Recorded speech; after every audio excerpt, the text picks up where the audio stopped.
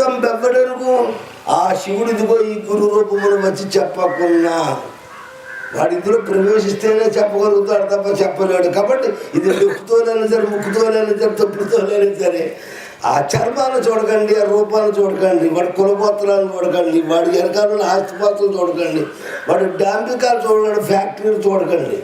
ఆ తత్వాన్ని మీకు ఏ మహానుభావుడైతే అందజేస్తాడో ఆయన మీకు ప్రత్యక్ష స్వరూపమైన దైవము.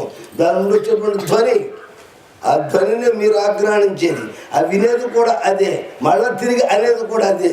సర్వమునకు సమస్తమునకు మూలమై అధిష్టాన చైతన్య బ్రహ్మమై సాక్షి అయి పరబ్రహ్మ స్వరూపమై బ్రహ్మమని ప్రపంచంతో వ్యాప్తమై ఈ వేళ ఉన్నటువంటి దేవుడు అనుకున్నటువంటి వస్తువు అదే. ఆ దేవుడిని తెలుసుకుంటాను కానీ ఈ దైవం అనే రాష్ట్రం తరం కాదు, అది నియమదే ఉంది, ఎక్కడా లేదని చెప్పాడు ఈయన. అంతే, ఎక్కడో మందరు ఎత్తుక్కుంటా దేశాలు తిరుగుతుంది దౌర్భాగ్యుడా. ఇక్కడ ఉన్నదాన్ని తెలుపుడు చేసుకో. పరదా కప్పిన కండ్లకు సరదాగా సద్గురుడు సాక్షి అనే పరదాలు దురిదాంగిల వరదుండే సరదాగా సద్గురుడు సాక్షి అనే పరదాలు. ఆ సాక్షి అనే పరదకి తెర అరుదురా, ఎందుకు నీకు ఇది అనవసరం, నీకు అవగాహన అవదు అని మరి కాదు తెలియ.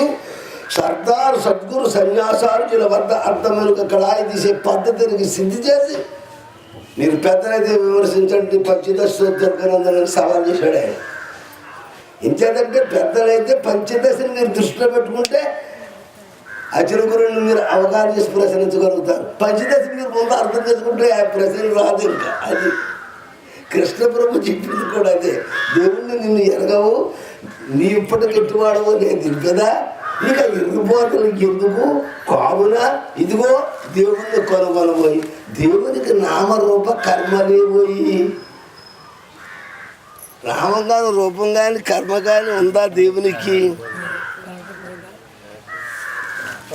నీవు ఆ దేవుల్లో నిన్ను లెస్స వెతుకు. నీకు కావాల ముచ్చట ఉంటాడు, నేను చెబుతాను. నీకు కావాల ముచ్చట ఉంటే నన్ను అడగాలి. ముచ్చట ఉంటుందో ఉండదో నీవే పరిశోధన అంటే అంతటితో కటం అయిపోయావు.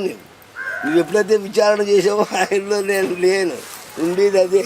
సత్యవరుడు పదార్థం అదే అయినటువంటి నిర్ణయాలు చేసేటువంటిదే ఈ అచల బోధ యొక్క రహస్యాన్ని మనవి చేస్తూ అధ్యక్షుడిగా ప్రథమ ఉపన్యాసం ప్రారంభాన్ని